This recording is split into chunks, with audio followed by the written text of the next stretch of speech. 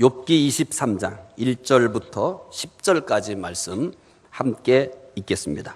욥이 대답하여 이르되 오늘도 내게 반항하는 마음과 근심이 있나니 내가 받는 재앙이 탄식보다 무거움이라. 내가 어찌하면 하나님을 발견하고 그의 처소에 나아가랴. 어찌하면 그 앞에서 내가 호소하며 변론할 말을 내 입에 채우고 내가 대답하시는 말씀을 내가 알며 내게 이르시는 것을 내가 깨달으랴. 그가 큰 권능을 가지시고 나와 더불어 다투시겠느냐? 아니로다. 도리어 내 말을 들으시리라. 거기서는 정직한 자가 그와 변론할 수 있은즉 내가 심판자에게서 영원히 벗어나리라. 그런데 내가 앞으로 가도 그가 아니 계시고 뒤로 가도 보이지 아니하며 그가 왼쪽에서 일하시나 내가 만날 수 없고 그가 오른쪽으로 돌이키시나 배울 수 없구나. 그러나 내가 가는 길을 그가 아시나니 그가 나를 단련하신 후에는 내가 순금같이 되어 나오리라. 아멘. 현재 살고 있는 사람들 중에 상처가 없는 사람이 있을까요? 이 물음에 여러분은 모두 없다고 할 것입니다. 이 세상에 태어나서 인생을 살아가는 사람 중에는 모두가 다 상처를 가지고 있습니다. 오늘 예배에 참석하신 분들도 모두 상처가 있을 것입니다. 만약에 이 시간 서로의 상처를 눈으로 볼 수 있다면 모두가 놀라 입을 다물지 못할 것입니다. 서로 상상하지 못한 큰 상처들을 가지고 있기 때문입니다. 항상 웃으면서 행복하다고 하는 사람도 상처가 있습니다. 자신만만하게 성공했다고 하는 사람도 역시 상처가 있습니다. 항상 한숨만 쉬면서 불행하다고 살기 힘들다고 하는 사람에게도 상처가 있습니다. 항상 절망으로 고개를 숙이고 사는 실패한 사람도 상처가 있습니다. 사람은 모두 상처가 있습니다. 누군가가 우리가 봤을 때는 좀 행동이 이상해요. 누군가가 아무리 봐도 상식선에서 이탈하는 행동을 하면서 살아요. 미친 게 아닙니다. 상처가 있기 때문에 그렇습니다. 어떤 사람이 지나치게 과민 반응을 해요. 보통 그러한 일들에 대해서 사람들은 평범하게 지나칠 수 있는데 누군가는 거기에 대해서 너무 과민 반응을 해요. 너무 심하게 반응을 해요. 그 사람이 이상한 것이 아닙니다. 우리가 알지 못하는 상처 때문에 그러는 것입니다. 많은 사람들이 단순히 성격만 탓합니다. 누군가가 이렇게 말하고 저렇게 말하고 누군가가 이렇게 행동하고 저렇게 행동하고 이런 것들을 사람들은 싸잡아서 성격이다. 그리고 한 걸음 더 나가서 쟤 싸가지 없어. 쟤 밥맛이야. 세상은 너무 험해요. 세상은 너무 무자비해요. 여러분, 내가 어떤 때에 내가 화가 머리 끝까지 났다든지 내가 기분이 너무 나빠. 오늘은 내가 너무 기분 나빠. 그랬을 때 어떤 것에 대한 반응이 내가 기분이 좋을 때와 똑같아요? 달라요? 똑같긴요. 똑같아. 똑같은 사람이 비정상이에요. 다르죠. 내가 오늘 너무 기분이 나빠. 내가 오늘 너무 피곤해. 오늘 누가 나 건들기만 하면 오늘 뭔가 일 저지를 것 같아. 이랬을 때 언짢은 일을 만나면 여러분 상식에서 벗어나는 행동을 분명히 할 겁니다.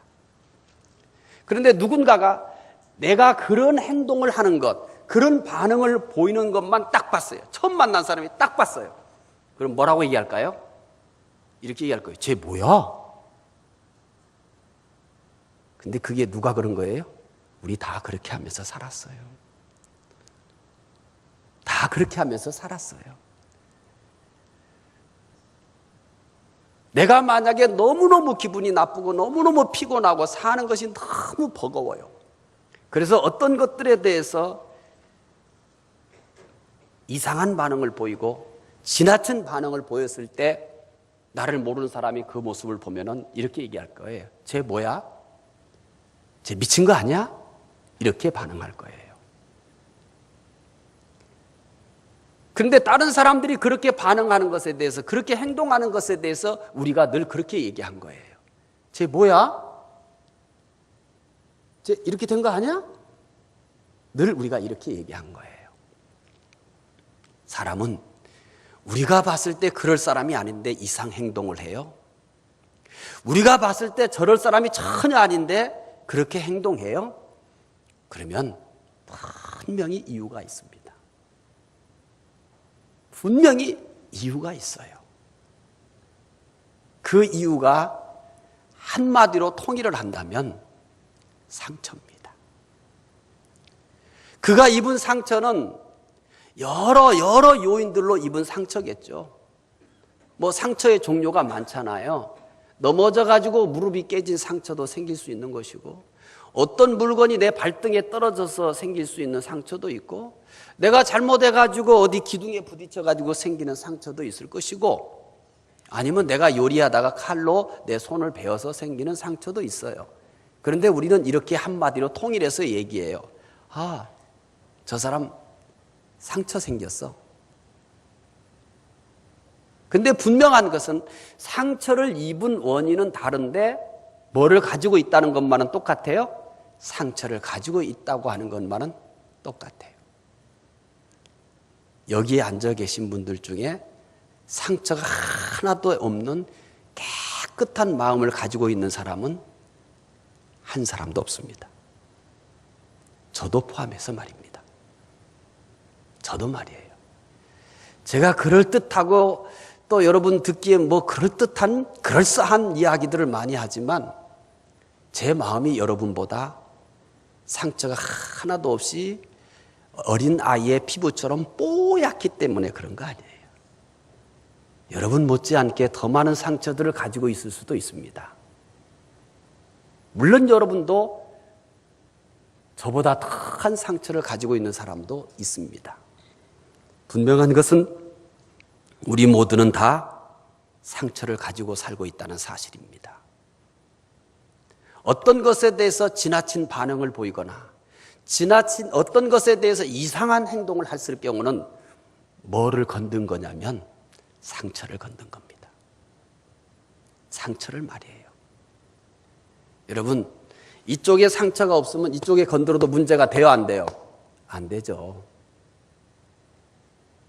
나는 지금 여기에 상처가 없어요. 그래서 건드려도 괜찮아요.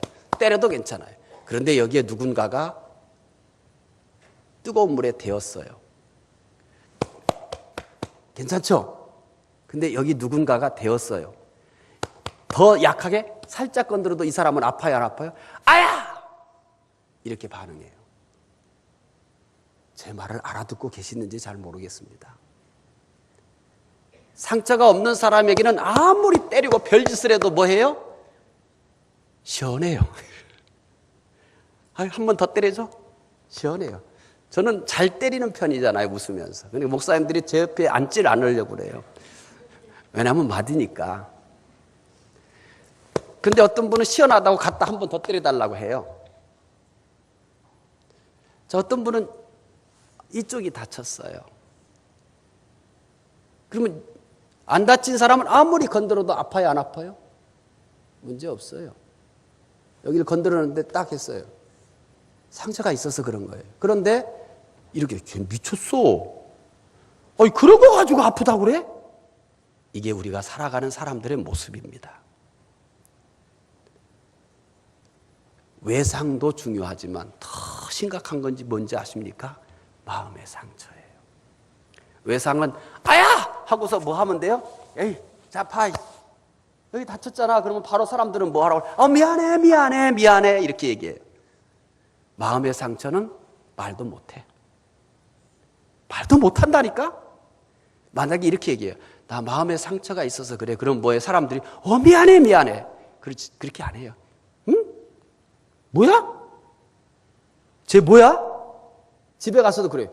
뭐야? 쟤 뭐야? 무슨 뜻이야? 뭐야? 사람들은 이렇게 반응합니다. 그런데요, 여기에 제가 뜨거운 것에 대어서 누가 건드렸을 때 아픈 것보다 제 마음에 나 있는 상처를 건드는 것이 더 아파요. 더 아파요. 더 아프다고요. 저는 목회를 하다 보니까 남의 얘기를 많이 듣잖아요. 특히 가정 얘기를 많이 듣잖아요. 어떤 가정에 대한 얘기예요. 여자 집사님이 참 성숙해요. 신앙도 깊고요. 인품도 굉장히 좋아요. 학교 선생님이에요. 근데 학교 선생님인데 그냥 학교 선생님이 아니에요. 정말 딱 보더라도 인품이 됐어요. 그래도 신앙도 됐어요. 아주 얌전해요. 여자지만 나이가 들었지만 참 품위가 있어요. 그런데 어느 날 이런 얘기를 해요. 목사님, 참 이런 얘기를 하기 힘든데요. 제가 너무 힘들어서 이 얘기를 꼭 하고 싶어요. 그래서 그랬어요. 집사님, 편하게 하세요. 저기요, 목사님, 제가 남편 흉보는 건 아닌데요. 제 남편이 자꾸 이렇게 얘기하면 죽어버리고 싶어요. 예? 신앙이 좋다고 말씀드렸죠.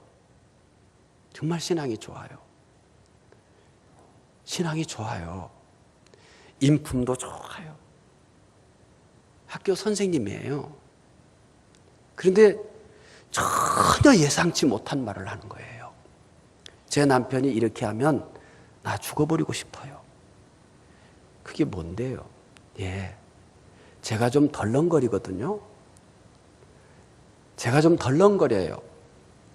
그래서 제가 덜렁거려서 설거지를 하다가도 그릇을 깨뜨릴 때가 있고요. 때로는 깨끗하게 처리하지 못할 때도 있어요.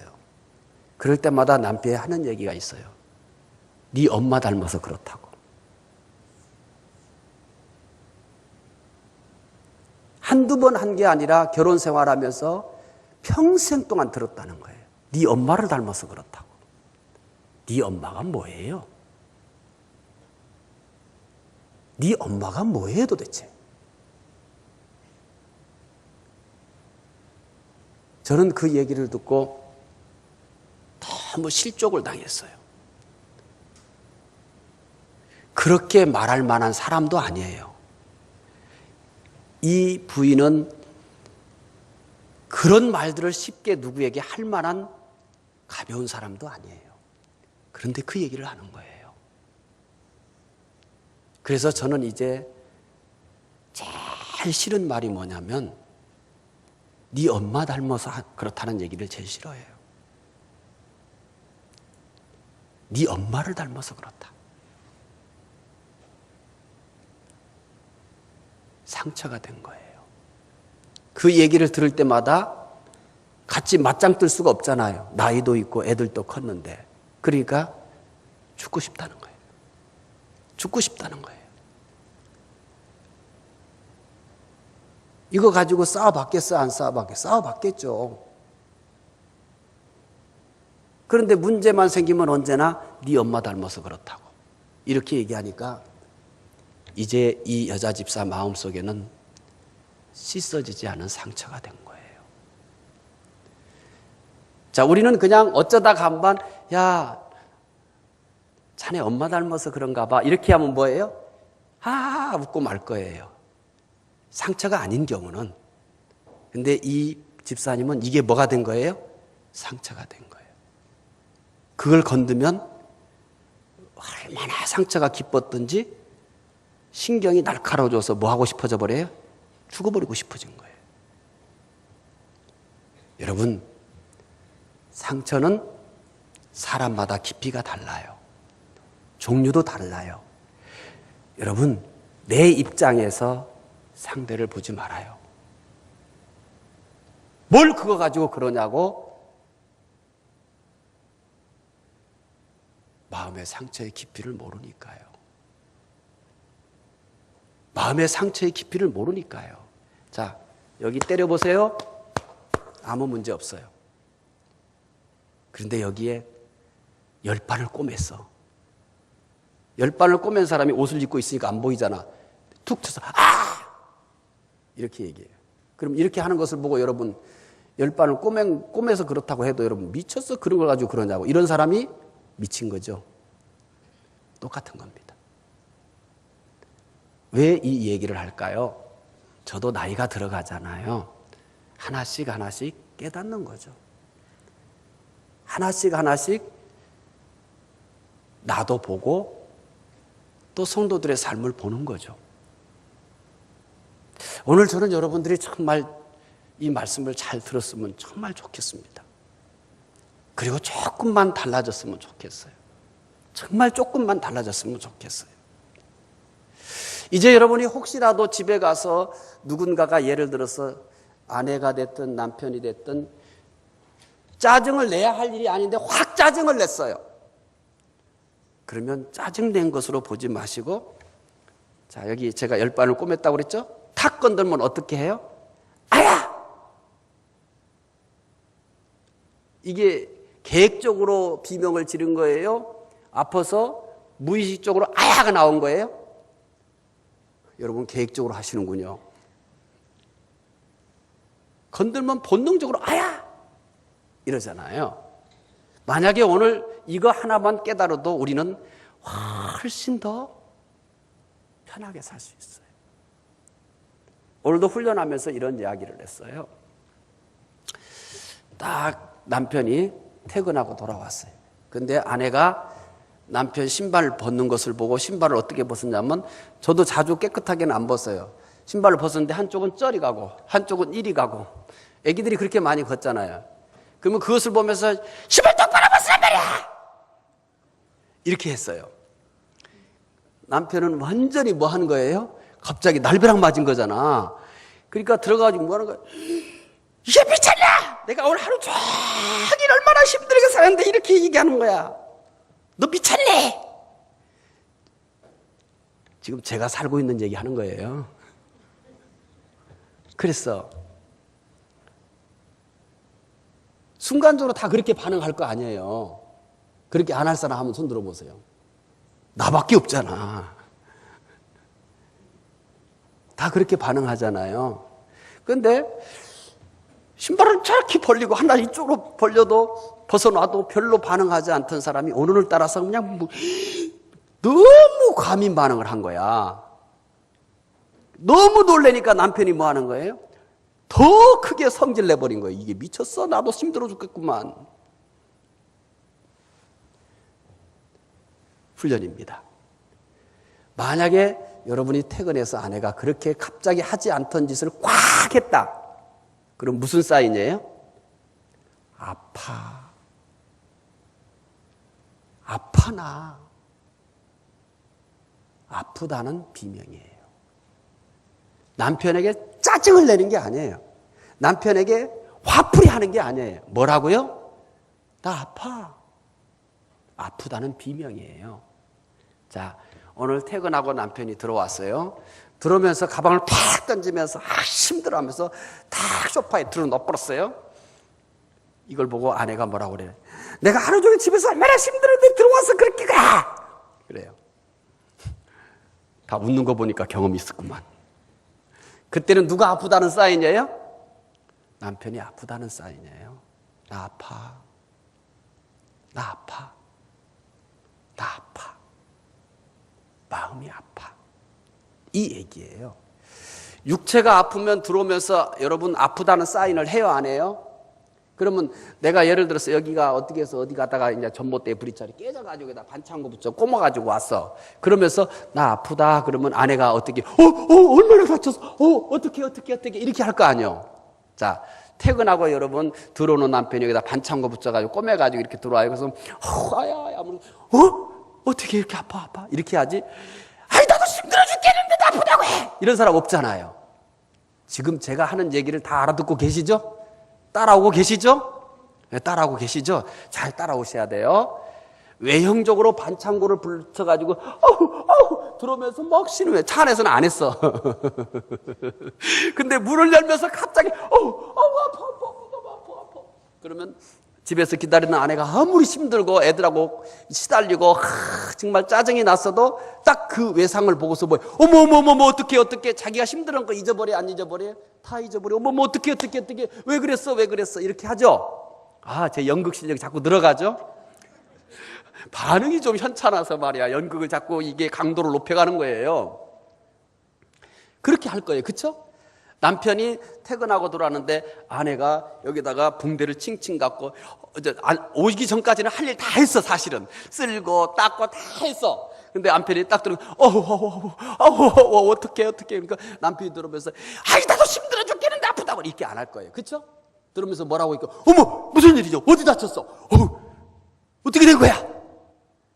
하루 종일 피곤했던 것을 다 생각 안 하고 잊어버리고 뭐부터 걱정할까요? 아내가 붕대를 감고 있는 손을 보면서 어떻게 하니? 어떻게 해서 그렇게 했어? 이렇게 얘기할 거예요. 그거보다 더 아픈 게 뭔지 아세요? 마음이 아픈 거예요. 마음이 아픈 거예요. 이제 마음이 아픈 것은 이렇게 표현하지 않아요. 나 오늘 마음이 너무 아프다 이렇게 표현하지 않아요. 그렇게 점잖게 표현해 본 적 있으세요? 나밖에 없잖아요 여러분. 나 마음이 아파 이렇게 얘기하지 않잖아요. 집에서 있던 아내가 남편이 들어오면서 여보 나 마음이 너무 아파 이렇게 하시는 분 없잖아요. 남편이 들어오면서 나 오늘 마음이 너무 아파 이런 분이 없잖아요. 마음이 아픈 것은 뭘로 표현될까요?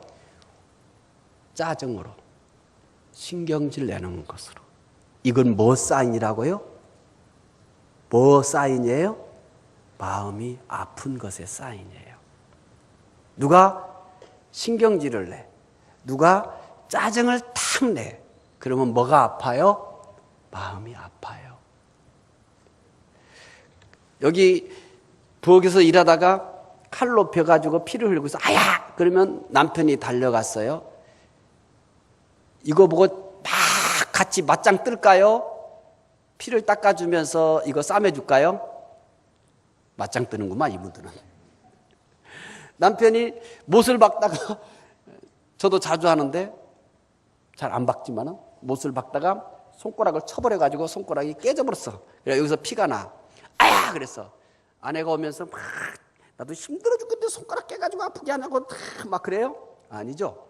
어머 어떻게 하면서 뭐예요? 이거 싸매주시잖아요. 그렇죠? 이렇게 할 수 있잖아요. 이건 노력이 필요 없잖아요. 그러면은 이제 우리 이렇게 사는 거예요. 누군가가 뭐를 해요? 신경질을 내. 누군가가 화를 내. 그러면 무슨 사인이라고요? 마음이 아프다는 사인이에요. 몰랐죠. 근데 나는 알았잖아요. 상대가 성질내고 짜증내면 뭐예요? 더럽잖아요. 근데 내가 성질내고 짜증나면 나는 마음이 아픈 걸 알았잖아요. 상대가 성질나고 짜증나면 기분 나쁘잖아요.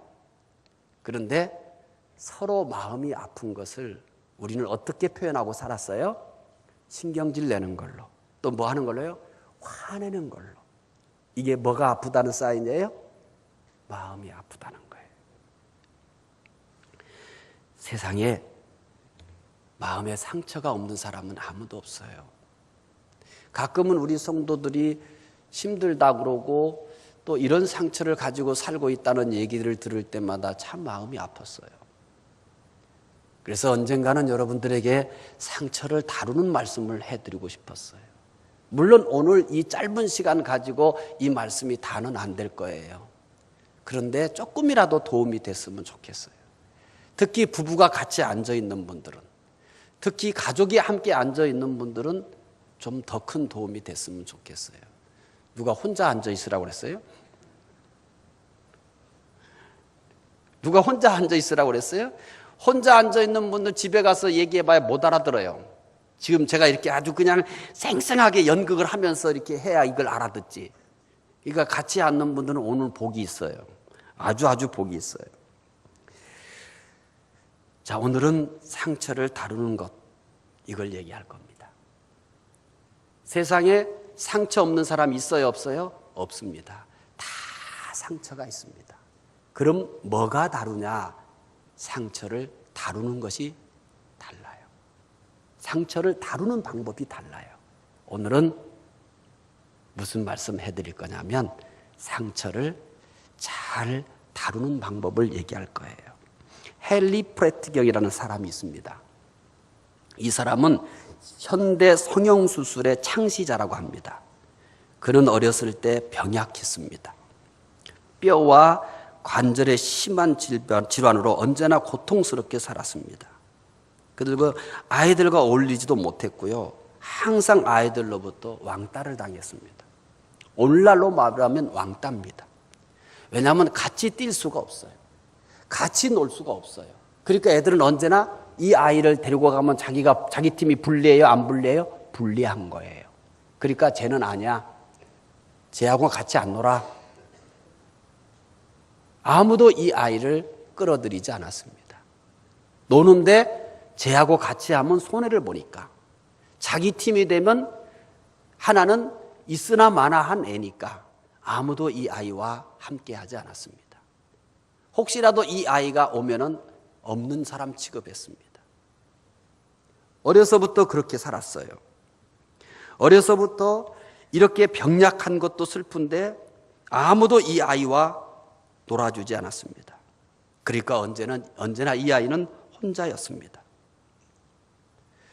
육체적으로 허약한 것도 상처지만 더 큰 상처가 뭔지 아세요?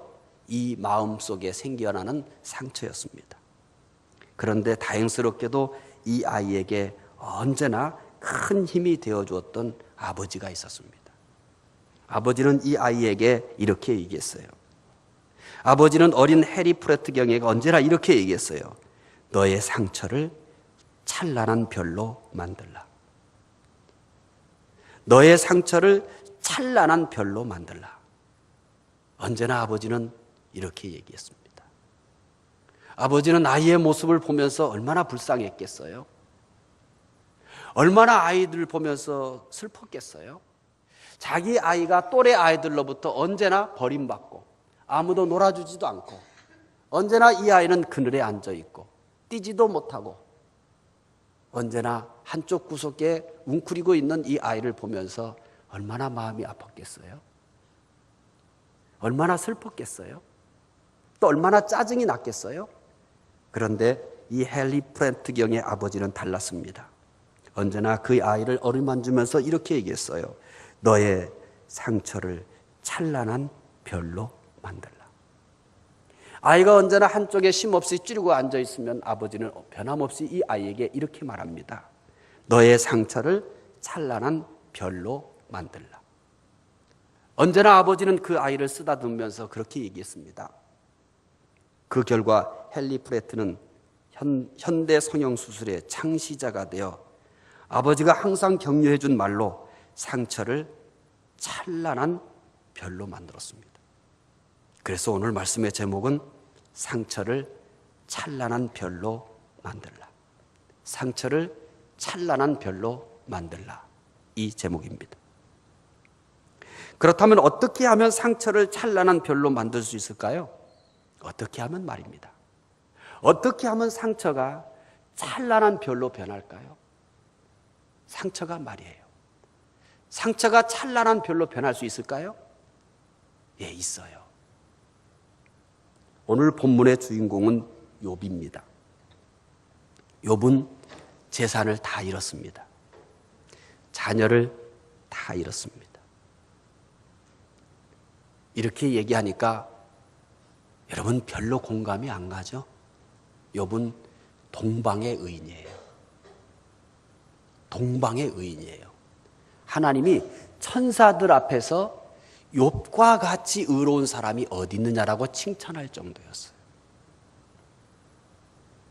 흠과티가 없는 사람이에요. 그리고 욥은 거부였어요. 그런데 어느 날 아무런 잘못도 없이 어느 날 정말 벼락 맞듯이 재산이 하루아침에 다 사라진 거예요. 어디에 내놔도 떨어지지 않던 10명의 자녀들이 하루아침에 다 죽어버린 거예요.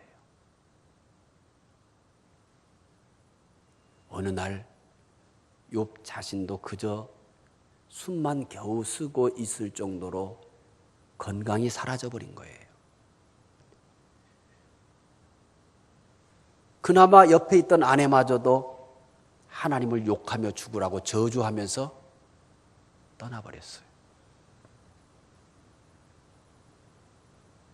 여러분, 이 욥이 가지고 있는 상처는 외형적인 상처는 아무것도 아닙니다. 이 외상은 아무것도 아니에요. 그가 입은 상처입니다. 그가 입은 상처가 어떻게 표현되는지 아세요? 그게 욥기 전반에 걸쳐서 나옵니다. 그가 입은 상처가 뭔지 아세요? 그가 입은 상처가 이렇게 표현돼요. 내가 어머니 뱃속에 있을 때 차라리 죽어버릴걸. 내가 태어나자마자 빛을 보지 않고 죽어버릴걸. 이게 그렇게 표현된 겁니다. 얼마나 고통스러웠으면 내가 어머니 복중에 있을 때 태어나지 말아야 됐는데, 내가 태어나자마자 빛을 보지 못하고 죽었어야 되는데 하면서 욥은 자기 생일을 저주합니다. 여러분, 이것보다 더 충격적인 고백이 성경에 나옵니다. 오늘 본문에 그게 나와요. 그게 뭔지 아십니까? 욥기 23장 8절부터 9절입니다. 욥의 상처에 가장 절정을 표현하고 있는 상처예요. 볼까요? 욥기 23장 8절부터 9절입니다. 읽어봅시다. 그런데 내가 앞으로도 가도 그가 아니 계시고 뒤로 가도 보이지 아니하며 그가 왼쪽에서 일하시나 내가 만날 수 없고 그가 오른쪽으로 돌이키시나 배울 수 없구나. 여러분, 좋아요. 사람들에게 받은 상처는 그렇다고 합시다. 그런데요, 이 상처는 도대체 어떻게 해야 돼요? 뭐라고 얘기합니까? 내가 앞으로 가도 그가 아니 계신답니다. 그가 아니 계신다는 거예요. 또 뭐라고 얘기합니까? 앞으로 가서 안 계시니까 이제 어떻게 한답니까? 앞에 가도 그가 안 계세요. 그러니까 이제는 어디로 갑니까? 뒤로 가봅니다. 그런데 뒤에 가도 그가 안 계세요. 하나님 이 왼쪽에서 일하는 것 같아요. 하나님이 왼쪽에 계시는 것 같아요. 그래서 내가 왼쪽으로 가봅니다. 근데 거기서도 만날 수가 없어요. 하나님이 오른쪽에서 일하시는 것 같아요. 그래서 그분을 만나기 위해 오른쪽으로 가봅니다. 그런데 거기서도 만날 수가 없습니다. 앞으로 가도 하나님을 볼 수 없고 뒤로 가도 하나님을 볼 수 없고 왼쪽으로 가도 하나님을 볼 수 없고 오른쪽에 가도 하나님을 볼 수 없습니다. 하나님이 안 계시기 때문이 아니에요. 안 계시기 때문이 아니에요. 안 계시기 때문이 아닌 것이 어디에서 증명돼요? 9절에 그가 왼쪽에서 일하시나 내가 만날 수 없고 그가 오른쪽으로 돌이키시나 배울 수가 없구나. 하나님은 분명히 계셔요. 하나님은 분명히 계셔요. 그러나 내가 볼 수 없는 거예요. 내가 볼 수 없는 거예요. 내가 볼 수 없는 거예요. 앞으로 가서 볼까 했더니 거기에 안 계세요. 앞에 가서 안 계시니까 뒤로 물러가 볼까? 그래서 뒤에 가보니 거기에 또 안 계시는 거예요. 하나님이 왼쪽에 계시는 것 같아요. 그래서 왼쪽으로 가보니 거기에 안 계세요. 하나님이 오른쪽에 계시는 것 같아요. 그런데 오른쪽에 가봐도 만날 수가 없어요.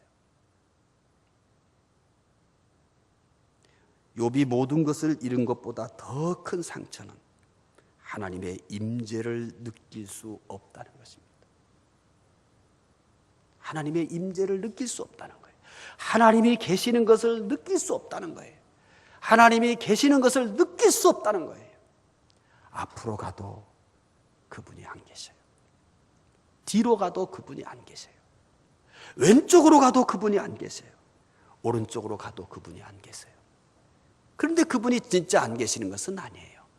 왼쪽에서 일하는 것 같았어요. 그래서 얼른 왼쪽으로 돌이켰는데 또 못 만나요. 야, 오른쪽에서 일하시는 것 같아요. 그래서 급히 오른쪽으로 돌렸는데 만날 수가 없어요. 하나님은 분명히 계셨습니다. 그런데 욥은 그 하나님을 만날 수가 없어요. 그 하나님을 느낄 수가 없어요. 욥이 하나님을 느낄 수 없다면 하나님이 계신다 해도 안 계시는 거나 다름없잖아요. 제 말을 이해하고 계시나요? 하나님이 계시지만 그 계신 분을 만날 수 없다면 안 계시는 것과 똑같잖아요. 앞에 계실까 해서 앞으로 갔는데 하나님이 안 계세요. 뒤에 계신 것 같아서 뒤에 가보니까 거기서도 만날 수 없어요. 왼쪽에 계시는 것 같아서 왼쪽으로 갔는데 못 만나요. 오른쪽에 계시는 것 같았는데 오른쪽으로 갔더니 거기서도 만날 수 없어요. 하나님이 계시나 내가 만날 수 없다면, 하나님이 계시지만 내가 그분을 만날 수 없다면 의미가 없는 겁니다. 계시지만 안 계시는 거나 뭐가 다를 바가 있겠어요. 세상에 살면서 사람들로부터 받은 상처나 세상을 살면서 우리가 살아가진 여러 가지 일들로 인해서 상처를 받았다 할지라도 내가 하나님을 만날 수만 있다면, 내가 하나님 앞에 나가서 나 아파요, 하나님 나 이렇게 아파요, 내 아픈 상처를 내놓고 울 수만 있다면, 내 아픈 상처를 넣어놓고 하나님 나 이렇게 아파요, 나 너무 아파요, 이렇게 하나님 앞에서 엉엉 울 수만 있어도 얼마나 좋은 일인지 모릅니다. 여러분, 내가 하나님을 만나기에 갔는데 거기 안 계세요. 하나님 앞에 울 수 없잖아요. 뒤로 가도 하나님이 안 계세요. 너무너무 큰 상처를 가지고 있는데 말이에요. 나 혼자 감당할 수가 없어서, 나 혼자 도저히 살 수가 없어서 하나님을 만나기에 갔는데 안 계세요. 울고 싶어도 울 수가 없잖아요. 내 아픈 상처 때문에 하나님 앞에 나가서 마음껏 울고 싶은데 울 수도 없잖아요. 하나님을 만날 수 없으니 말입니다. 하나님을 느낄 수 없으니 말입니다. 그런데 여러분, 내가 아무리 큰 상처가 있어도 이 상처를 가지고 하나님께 나가서 하나님께 울 수만 있어도, 하나님을 부르면서 울 수만 있어도 얼마나 감사한지 몰라요. 얼마나 감사한지 몰라요. 내가 눈물을 흘리면 그분이 오셔서 내 눈물을 닦아주는 것 같아요. 내 마음이 너무 아파서 하나님 아파요, 나 아파서 못 견디겠어요, 이렇게 하나님 앞에 내 아픈 상처를 내놓고 울부짖으면 그분이 오셔서 내 상처를 어루만져 주는 것 같아요? 그러면 정말 감사한 일입니다. 그건 정말 아무것도 아닌 거예요. 그 상처는 정말 아무것도 아닌 거예요. 그런데 여러분, 영적으로 받은 상처는 어떻게 하란 말입니까? 하나님이 계신 것 같아 갔는데 거기 안 계세요. 하나님을 만나고 싶어서 갔는데 하나님은 안 계시는 거예요. 이 상처는 누구한테 가지고 갑니까? 이 상처는 도대체 어디다 깨어내야 됩니까? 이 상처는 도대체 어디다 하소연해야 되는 겁니까? 욥은 한 인간으로서 받을 수 있는 상처는 다 받았습니다. 사람으로부터 받을 수 있는 상처 다 받았습니다. 물질로부터 받을 수 있는 상처 다 받았습니다. 자기 몸이 받을 수 있는 상처 다 받았습니다. 그런데 무슨 상처까지 받았는지 아십니까? 영적인 상처까지 받았습니다. 그가 안 만나줘요. 그가 안 만나줘요. 그를 느낄 수가 없는 거예요. 그분께 좀 상처를 내려놓고 싶은데, 그분에게 좀 상처를 보여주면서 마음대로 울고 싶은데 울 곳도 없어요. 그분이 안 계시니까. 여러분, 이런 상처를 받아보신 적 있나요? 욥은 지금 그런 상처를 가지고 있는 겁니다. 여러분이 이런 욥이라면 이 상처 어떻게 하실래요? 그러니까 지금 여러분, 내가 육체적으로 상처를 가지신 분도 있고 내가 살아가면서 마음의 상처를 가지고 계신 분도 있어요. 그런데 내가 하나님 앞에 나가, 하나님, 나 너무 힘들어요. 내 상처가 너무 깊어요 하면서 울 수만 있어도 여러분은 감사한 겁니다. 그런데 욥은 울 수도 없다고 그랬잖아요. 하나님 앞에 나가 울어야 되는데 그분이 안 계시는 거예요. 어떻게? 여러분은 어떻게 하실 겁니까? 욥은 어떻게 할까요? 욥기 23장 10절입니다. 충격적인 고백을 합니다. 그러나, 읽읍시다. 그러나 내가 가는 길을 그가 아시나니 그가 나를 단련하신 후에는 내가 순금같이 되어 나오리라. 이 말씀이 뭔 말씀인지 모르죠? 그냥 좋은 말씀인가 애우고 있죠? 그게 아니에요. 나는 그분을 만날 수도 없고 나는 그분을 느낄 수도 없지만 그분은 나를 아신다는 겁니다. 나는 그분을 지금 만날 수도 없고 나는 지금 그분께 하소연할 수도 없지만 나는 지금 그분을 알 수가 없어요. 그런데 무슨 얘기를 하는 겁니까? 그러나 내가 가는 길을 그가 하신다는 겁니다. 우리가 10절을 잘라서 말씀하니까 이렇게 읽죠? 이제 성경을 보세요. 이제 어디서부터 읽을 거냐면 8절, 9절, 10절까지 연결 지을 겁니다. 8절, 그런데 내가 앞으로 가도 그가 아니 계시고 뒤로 가도 보이지 아니하며 그가 왼쪽에서 일하시나 내가 만날 수 없고 그가 오른쪽으로 돌이키시나 배울 수 없구나. 그러나 내가 가는 길을 그가 아시나니. 이제 이해하시겠어요? 이제 이해하시겠어요? 이 말씀을 토막냈을 때의 이 말씀을 통해서 우리에게 주려고 하는 이 엄청난 위로와 도전이 얼마나 삭감되어 버리는지 아시겠죠? 이 말씀을 잘라보면 안 되는 거예요. 그래서 뭐라고 얘기합니까? 앞으로 가도 그가 계시지 않아요. 뒤로 가도 보이지 않아요. 왼쪽에서 일하시나 만날 수가 없어요. 오른쪽으로 돌이켜도 뵐 수가 없어요. 나는 그분을 볼 수가 없어요. 나는 그분을 만날 수가 없어요. 나는 그분을 알 수가 없어요. 그런데 이렇게 얘기하는 겁니다. 그러나 내가 가는 길을 그는 아신다. 나는 그분을 모르지만, 나는 그분을 지금 만날 수 없지만, 그러나 그는 나를 알고 계신다. 여러분, 어떻게 이런 고백이 가능할까요? 8절, 9절을 모르면 10절에서 여러분, 은혜로운 고백이라고 말하죠. 그 은혜로운 고백 정도가 아니에요. 은혜로운 고백 정도가 아니에요. 저는 이게 진짜 기적이다. 세상에 이런 기적이 어디서 일어납니까? 세상에 이런 기적이 어디서 일어나요? 세상에 이런 기적을 일으키는 사람이 어디 있어요? 암을 치료해야만 기적입니까? 얘는 이 욥은 더 큰 기적을 일으키고 있는 거예요. 왜 더 큰 기록이에요? 더 큰 기적이에요. 앞으로 가도 그가 계시지 아니하고 뒤로 가도 보이시지 않고 왼쪽으로 가도 만날 수 없고 오른쪽으로 가도 내가 만날 수 없다. 나는 그분을 만날 수가 없다. 그러면 끝이잖아요. 내 감각이 그분을 만날 수 없는 거예요. 내 감정이 그분을 느낄 수가 없는 거예요. 내 눈으로 그분을 볼 수가 없는 거예요. 내 모든 오감으로 도대체 하나님이 계심을 알 수 없는 거예요. 그러므로는 이렇게 얘기할 겁니다. 하나님 안 계셔. 천만에 하나님이 어디 계셔? 이렇게 얘기할 겁니다. 내가 그분을 만나기 얼마나 노력했는지 알아?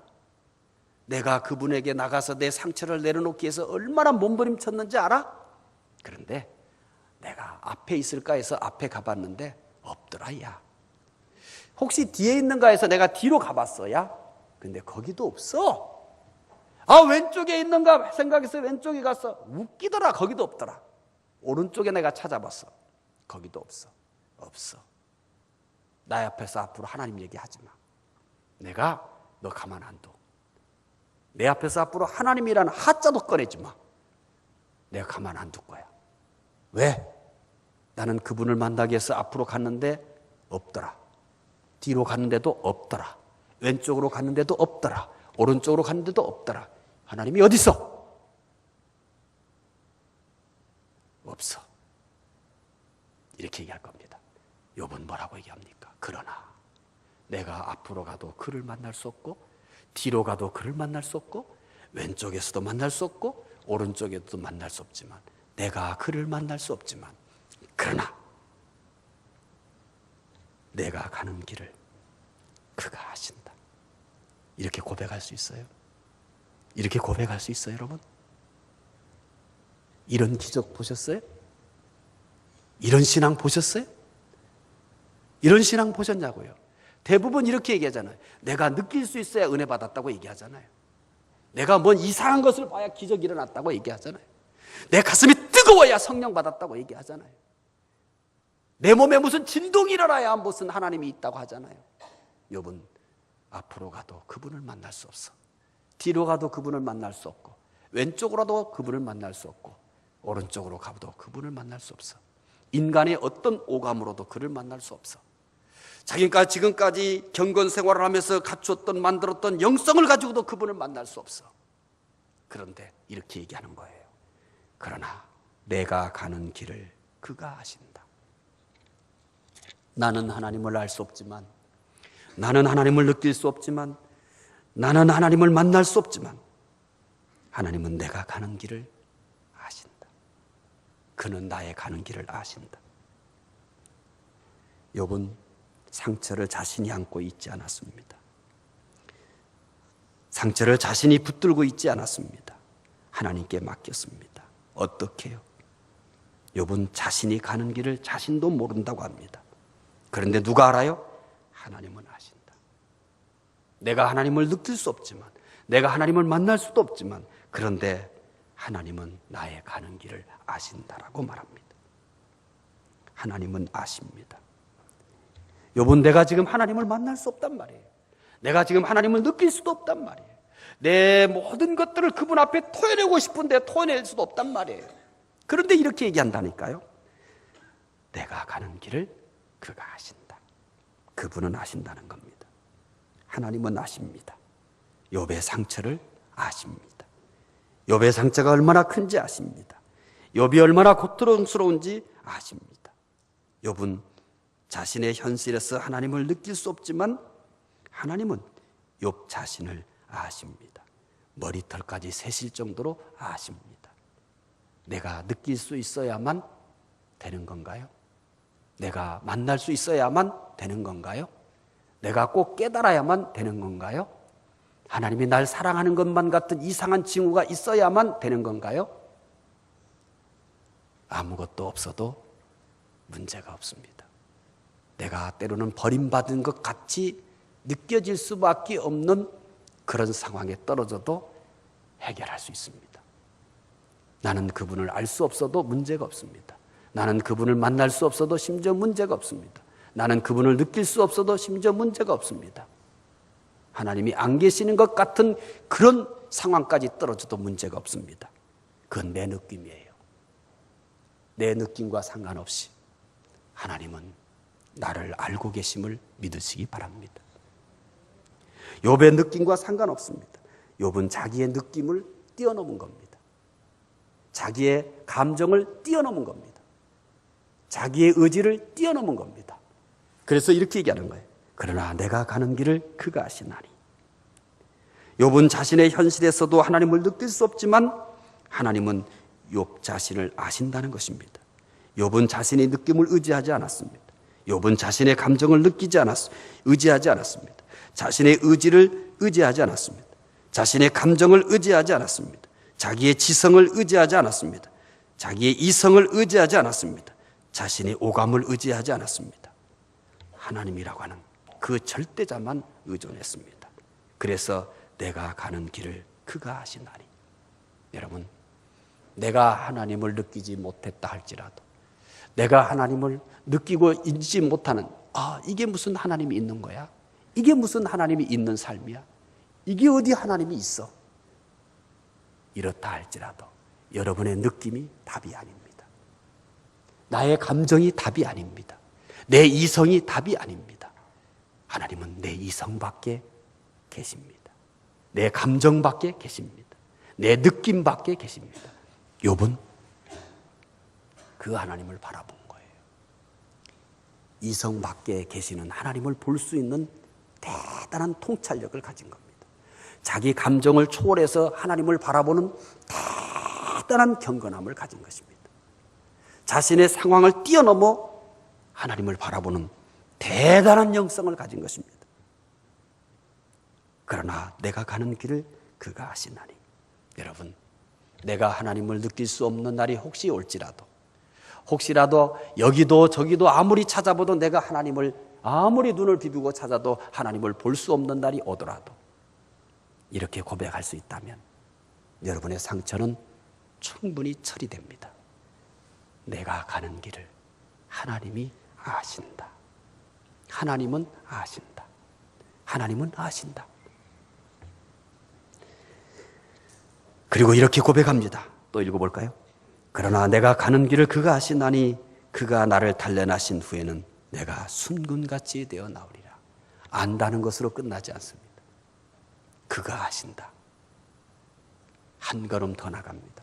나는 하나님을 느낄 수 없는데, 나는 하나님을 발견할 수 없는데, 나는 하나님을 볼 수 없는데, 그는 이렇게 얘기합니다. 그가 나의 가는 길을 아시나니 그가 나를 단련하시는 내가 어떻게 나와요? 순금같이 나오리라. 욥이 자신의 모든 상처를 하나님께 맡기자 그의 고백처럼 순금처럼 된 줄 믿으시기 바랍니다. 욥의 모든 상처가 찬란한 별로 된 줄 믿으시기 바랍니다. 하나님은 욥의 가는 길만 아시지 않습니다.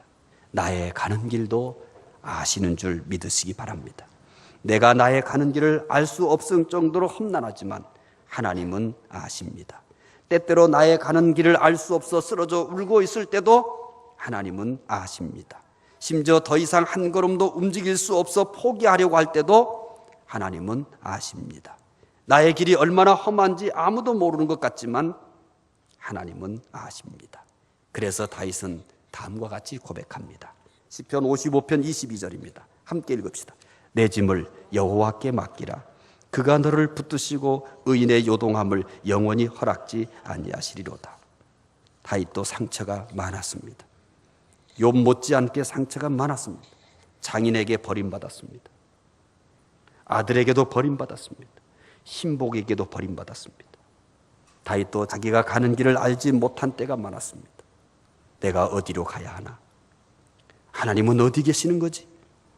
하나님은 도대체 무엇을 하는 것이지? 내가 어디로 가야 하나? 그때 그가 발견한 것이 하나님이십니다. 그래서 그는 이렇게 고백합니다. 내 짐을 여호와께 맡기라. 그가 너를 붙드시고 의인의 요동함을 영원히 허락지 아니하시리로다. 다윗도 상처가 너무 많아 자기의 길조차 몰랐지만 하나님께 맡김으로 상처가 찬란한 별로 되게 하였습니다. 저에게도 여러 가지 상처가 있습니다. 그중 하나만 말씀을 드리겠습니다. 저는 헨리 프레트경 못지않게 허약하게 태어났습니다. 그래서 아파서 누워있는 날이 많았습니다. 그러다 16살 때부터 결핵에 걸려 10년 동안 고생을 했습니다. 건강에 자신이 없어서 항상 마음 한 구석에는 죽을 수도 있다는 두려움을 가지고 있었습니다. 청년 시절에도 누워있는 날이 참 많았습니다. 물론 다른 사람들은 모릅니다. 그래서 언제나 죽음이 멀지 않다는 것을 알았습니다. 이런 저에게 용기를 주신 분이 두 분이 있습니다. 한 분은 어머니입니다. 어머니는 항상 저에게 정훈아, 너는 하늘의 복을 받고 태어났다. 언제나 이렇게 말씀을 했습니다. 귀에 못이 박히도록 잊어먹을 만하면 또다시 이렇게 얘기합니다. 정훈아, 너는 하늘의 복을 받고 태어났다. 언제나 그렇게 말씀을 합니다. 그리고 또 한 분은 제가 자란 교회의 목사님이십니다. 그 목사님은 항상 저에게 이렇게 말했습니다. 종훈아, 훌륭한 목사님들은 모두 결핵을 앓았다. 종훈아, 훌륭한 목사님들은 모두 결핵을 앓았다. 그러면서 당시 가장 훌륭한 목사님들의 이름을 나열하기 시작했습니다. 조용기 목사님, 김창현 목사님, 다 결핵 환자입니다. 훌륭한 목사님들은 다 결핵에 앓았다는 것입니다. 그래서 저는 가장 혈기왕성한 시기에 죽음을 생각하며 절망적인 삶을 살다가 이슬처럼 사라져버릴 수도 있었는데 이 두 분들의 말씀 때문에 상처 속에서 찬란한 별을 보게 되었습니다. 언제나 어머니는 종원아, 너는 하늘의 복을 받고 태어났다. 종원아, 너는 하늘의 복을 받고 태어났다. 목사님은 언제나 종원아, 훌륭한 목사님들은 모두 결핵을 앓았다. 훌륭한 사람이 될 수 있는 첫 번째 조건을 저는 가지고 있었던 것입니다. 종원아, 훌륭한 목사님들은 모두 결핵을 앓았다. 아직 훌륭한 목사가 되지 않았지만 아직 은퇴할 시간이 남았기 때문에 이 말씀대로 될 수 있는 가능성은 아직도 남아 있습니다.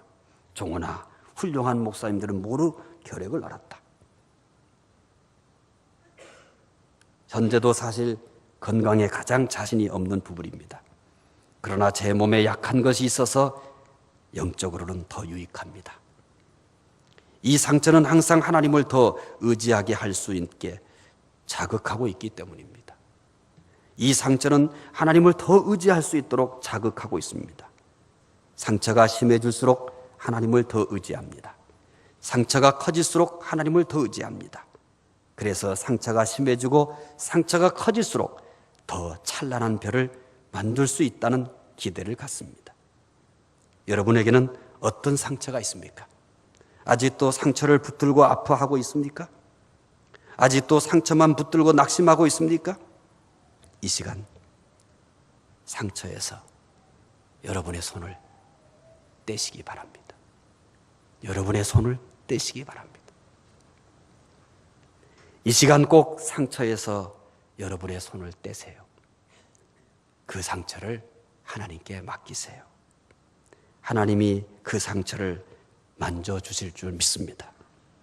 하나님이 그 상처에 손을 대면 상처가 찬란한 별로 변할 줄로 믿습니다.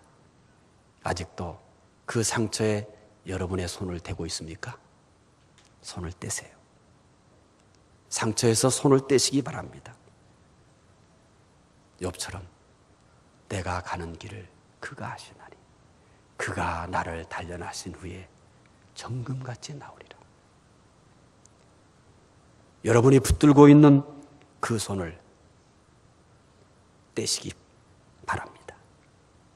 욥처럼 하나님께 맡기세요. 다처럼 하나님께 맡기세요.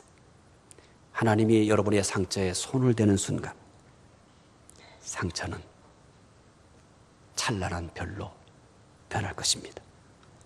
고난에 대한 글을 읽어드리겠습니다. 고난은 죄를 씻어준다. 고난은 인생을 씻어 깨끗하게 한다. 고난은 인생을 깊게 만든다.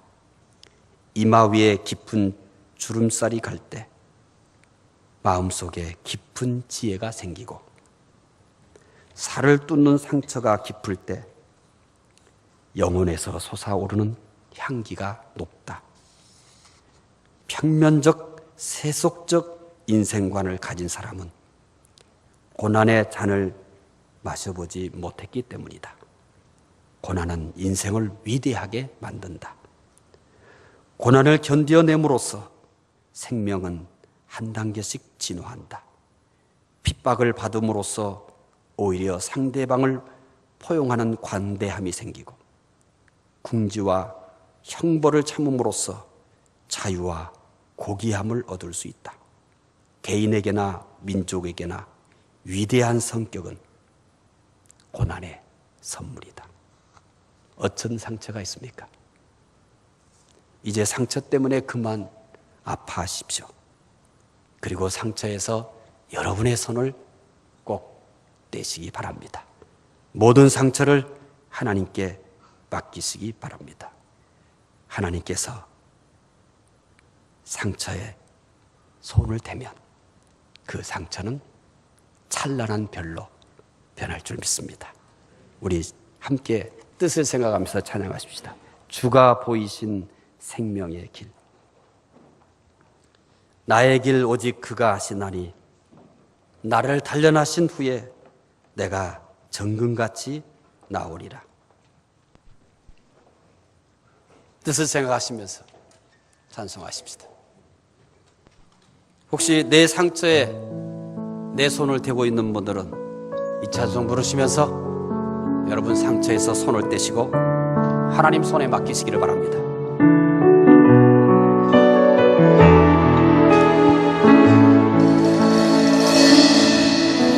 주가 보이신 생명의 길, 나 주님과 함께 상한 마음을 들리며 주님 앞에 나가리. 나의 의로움이 되신 주 그 이름 예수. 나의 길이 되신 이름 예수. 나의 길 오직 그가 하시나니 나를 단련하신 후에 내가 정금같이 나오리라. 주가 보이신 생명의 길, 나 주님과 함께 상한 마음을 들이며 주님 앞에 나가리. 의로움이 되신 주 그 이름 예수. 길이 되신 이름 예수. 나의 길 오직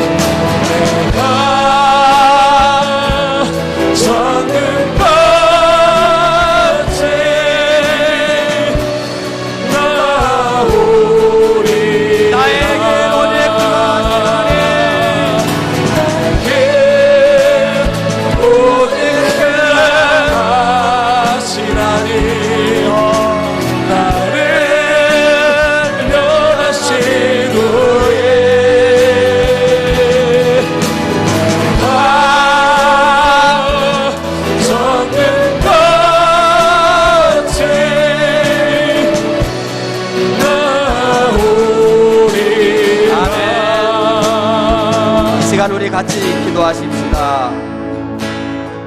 여러분 어떤 상처를 가지고 계시나요? 너무 상처가 커서 한 번도 꺼내놓지 못한 것도 있습니까? 언제나 꼭꼭 숨겨놓았던 상처들 말입니다. 이제는 여러분이 안고 있는 상처에서 손을 떼시고 그 상처를 하나님께 맡기시기 바랍니다. 하나님께서 그 상처를 찬란한 별로 만들어 주실 것입니다. 열린 모임을 위해서 또 기도해 주시기 바랍니다. 기독교 명문 가문을 세우도록 위해서 기도하시기 바랍니다. 1112비전 위해서 기도하시기 바랍니다. 그리고 개인 기도하시기 바랍니다. 이 시간 다 같이 주여 한번 외치고 기도하시겠습니다. 주여! 하나님 감사합니다. 하나님 감사합니다. 하나님, 오늘 이 시간 우리의 상처를 보고 계시고 상처를 알고 계신 하나님, 하나님께 모든 상처를 내놓기를 원합니다. 하나님께 상처를 맡기기 원합니다.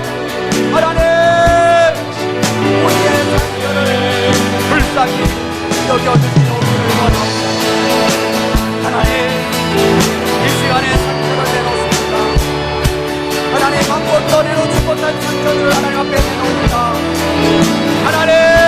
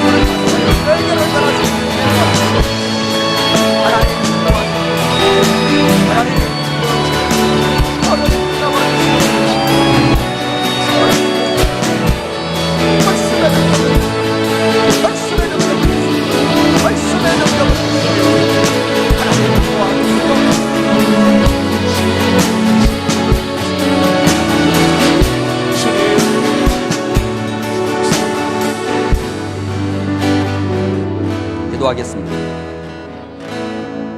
하나님, 욥에게는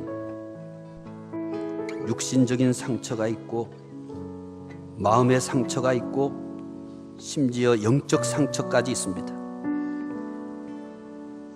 욥이라는 사람은 상처투성이의 사람입니다. 그럼에도 불구하고 내가 가는 길을 하나님이 아신다고 합니다. 하나님께서 단련하신 후에 순금같이 나오게 하신다고 합니다. 하나님, 오늘도 이 험한 세상을 살아가는 우리 성도들이 여러 가지 상처를 가지고 있습니다. 하나님, 한 번도 처리되지 못한 상처도 마음속 깊이 숨겨놓은 것도 있습니다. 심지어 하나님께도 꺼내놓지 못한 상처가 있습니다. 하나님, 오늘 이 시간 우리 모든 성도들이 상처에서 자신의 손을 떼게 해주시옵소서. 그리고 하나님께 맡기게 해주시옵소서. 하나님께서 우리의 상처를 만져주실 줄 믿습니다. 하나님께서 만져주셔서 상처가 찬란한 별로 변하게 될 줄로 믿습니다. 오늘 예배에 참석한 모든 성도들의 상처는 이제 찬란한 별로 변화가게 하여 주시옵소서. 감사하며 예수 그리스도 이름으로 기도드리옵나이다. 아멘.